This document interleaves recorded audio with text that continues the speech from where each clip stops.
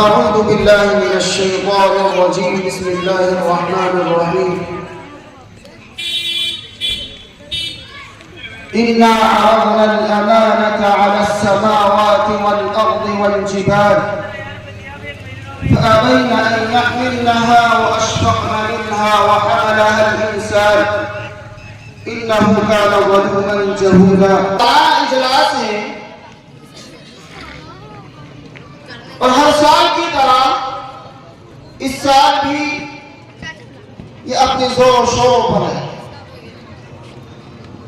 मेरे आजीज साथियों,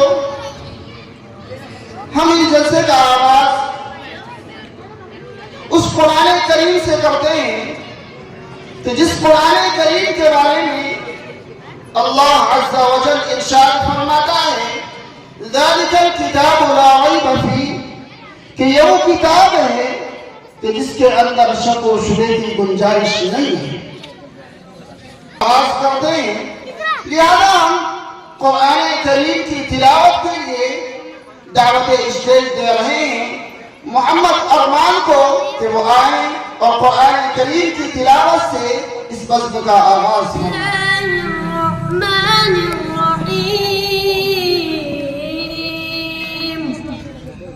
अलिफ लाम मीम ज़ालिकल किताबु ला रैब फीह हुदल लिलमुत्तक़ीन الذين يؤمنون بالغيب ويقيمون الصلاة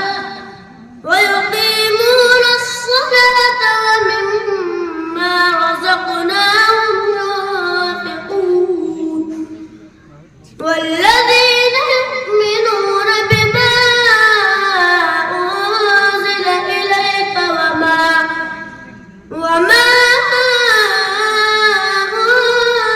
أنزل من قبلك وبالآخرة هم يوقنون أولئك على هدى من ربهم وأولئك هم المفلحون إن الذين كفروا سواء عليهم